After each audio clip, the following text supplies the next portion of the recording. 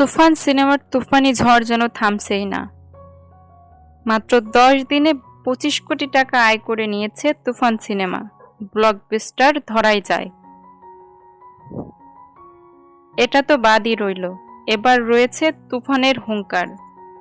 আগামী 28 জুন প্রায় 20টি দেশে রিলিজ দেওয়া হবে তুফান সিনেমা। ইতিমধ্যে শাকিব খান তার ভেরিফাইড ফেসবুক পেজে সবকিছুই দিয়েছেন। America, Germany, Sweden, Bengaluru, France, London, Australia, Canada,